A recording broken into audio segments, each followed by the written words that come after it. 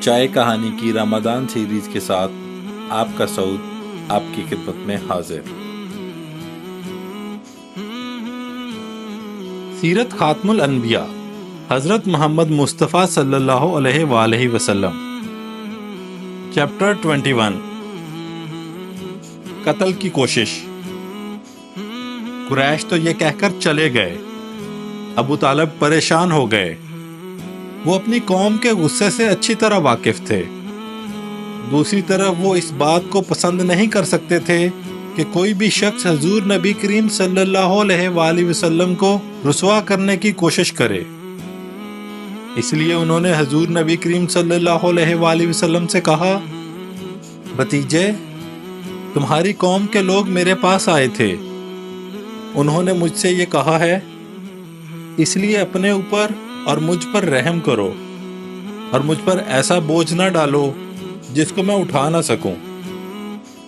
ابو طالب کی اس گفتگو سے نبی کریم صلی اللہ علیہ وآلہ وسلم نے خیال کیا کہ اب چچا ان کا ساتھ چھوڑ رہے ہیں، وہ بھی اب آپ کی مدد نہیں کرنا چاہتے، آپ کی حفاظت سے ہاتھ اٹھا رہے ہیں۔ اس لیے آپ نے فرمایا، چچا جان، اللہ کی قسم، اگر یہ لوگ میرے دائیں ہاتھ پر سورج اور بائیں ہاتھ پر چاند رکھ دیں اور یہ کہیں کہ میں اس کام کو چھوڑ دوں تو بھی میں ہرگز اسے نہیں چھوڑوں گا، یہاں تک کہ خود اللہ تعالیٰ اس کو ظاہر فرما دیں۔ یہ کہتے ہوئے آپ کی آواز بھر گئی، آپ کی آنکھوں میں آنسو آ گئے، پھر آپ اٹھ کر جانے لگے، لیکن اسی وقت ابو طالب نے آپ کو پکارا، بھتیجے ادھر آؤ۔ آپ ان کی طرف مڑے تو انہوں نے کہا، جاؤ بھتیجے، جو دل چاہے کہو، اللہ کی قسم میں تمہیں کسی حال میں نہیں چھوڑوں گا۔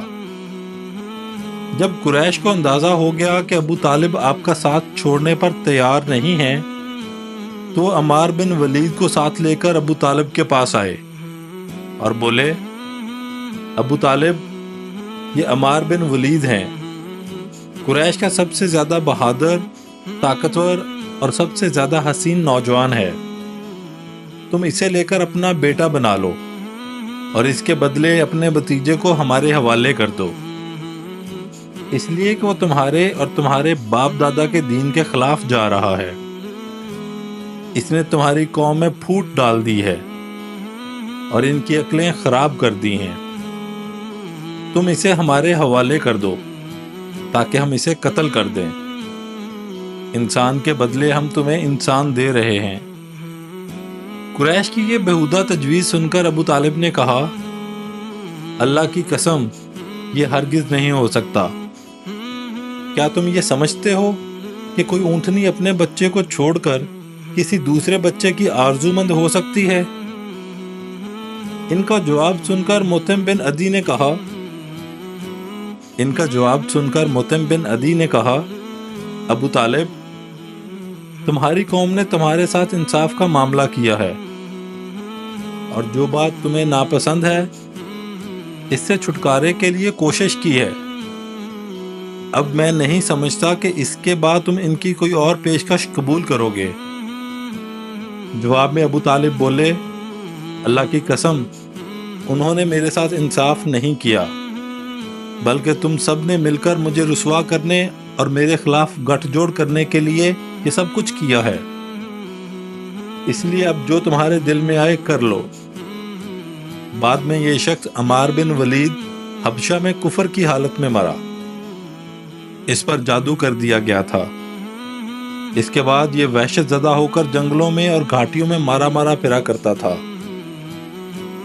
اسی طرح دوسرا شخص مطعم بن عدی بھی کفر کی حالت میں مرا۔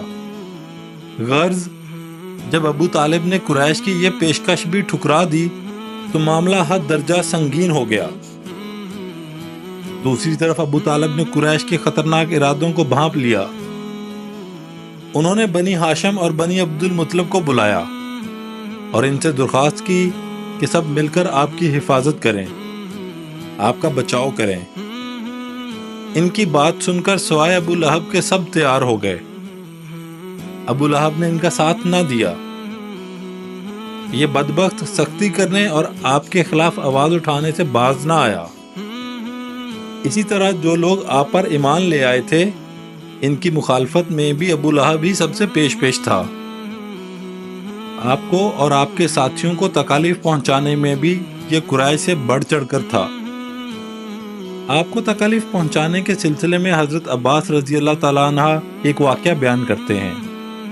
فرماتے ہیں، ایک روز میں مسجد حرم میں تھا کہ ابو جہل وہاں آیا اور بولا، میں خدا کی قسم کھا کر کہتا ہوں، اگر میں محمد کو سجدہ کرتے ہوئے دیکھ لوں تو میں ان کی گردن مار دوں۔ حضرت عباس رضی اللہ تعالیٰ عنہ فرماتے ہیں، یہ سن کر میں فوراً نبی کریم صلی اللہ علیہ وآلہ وسلم کی طرف گیا اور آپ کو بتایا کہ ابو جہل کیا کہہ رہا ہے۔ نبی کریم صلی اللہ علیہ وآلہ وسلم یہ سن کر غصے کی حالت میں باہر نکلے اور تیز تیز چلتے مسجد الحرام میں داخل ہوئے، یہاں تک کہ گزرتے وقت آپ کو دیوار کی رگڑ لگ گئی۔ اس وقت آپ سورۃ العلق کی آیت 1-2 پڑھ رہے تھے۔ اے پیغمبر، آپ اپنے رب کا نام لے کر قرآن پڑھا کیجئے، وہ جس نے مخلوقات کو پیدا کیا، جس نے انہیں خون کے لوتھڑے سے پیدا کیا۔ تلاوت کرتے ہوئے آپ اس سورت کی آیت 6 تک پہنچ گئے۔ سچ مچ بے شک کافر آدمی حد سے نکل جاتا ہے، یہاں تک کہ آپ نے سورت کا آخری حصہ پڑھا جہاں سجدے کی آیت ہے، اور اس کے ساتھ ہی آپ سجدے میں گر گئے۔ اسی وقت کسی نے ابو جہل سے کہا، ابو الحکم، یہ محمد سجدے میں پڑے ہیں۔ یہ سنتے ہی ابو جہل فوراً آپ کی طرف بڑھا، آپ کے نزدیک پہنچا، لیکن پھر اچانک واپس آ گیا۔ لوگوں نے حیران ہو کر پوچھا، ابو الحکم کیا ہوا؟ جواب میں اس نے زیادہ حیران ہو کر کہا، جو میں دیکھ رہا ہوں کیا تمہیں وہ نظر آ رہا ہے؟ اس کی بات سن کر لوگ اور زیادہ حیران ہوئے اور بولے، تمہیں کیا نظر آ رہا ہے ابو الحکم؟ اس پر ابو جہل نے کہا، مجھے اپنے اور آپ کے درمیان آگ کی ایک خندق نظر آ رہی ہے۔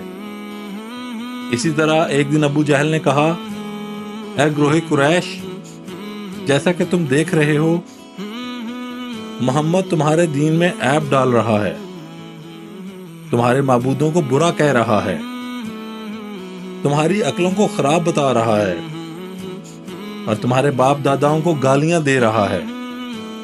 اس لیے میں خدا کے سامنے عہد کرتا ہوں کہ کل میں محمد کے لیے اتنا بڑا پتھر لے کر بیٹھوں گا جس کا بوجھ وہ برداشت نہیں کر سکیں گے۔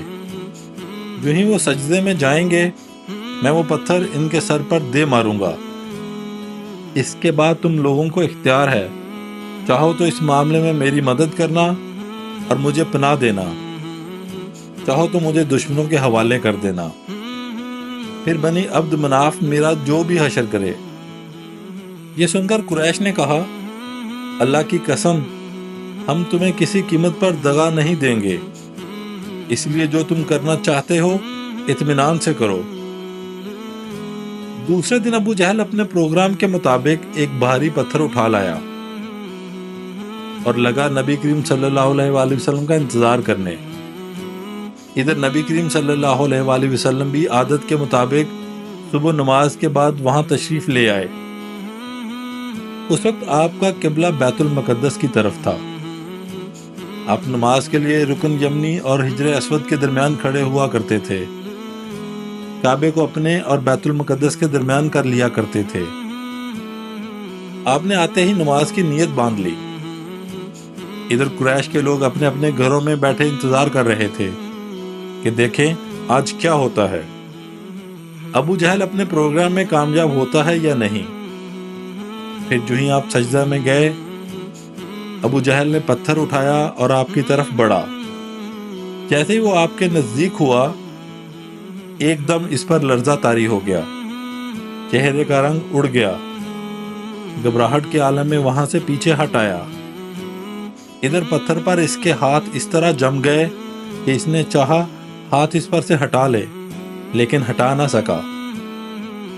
قریش کے لوگ فوراً اس کے گرد جمع ہو گئے اور بولے، ابو الحکم کیا ہوا؟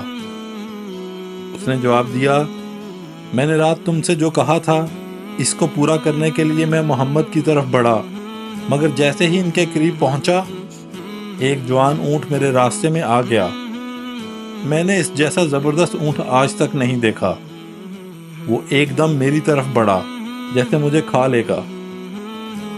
جب اس واقعے کا ذکر نبی کریم صلی اللہ علیہ وآلہ وسلم سے کیا گیا تو آپ نے فرمایا وہ جبرائیل علیہ السلام تھے، اگر وہ میرے نزدیک آتا تو وہ ضرور اسے پکڑ لیتے۔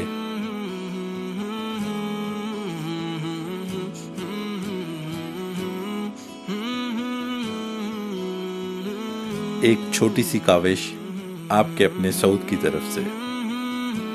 اللہ تعالیٰ سے دعا ہے کہ اللہ تعالیٰ ہماری اس کاوش کو قبول فرمائے۔ اگر آپ کو پسند آئے تو ہمارا YouTube چینل ضرور سبسکرائب کریں۔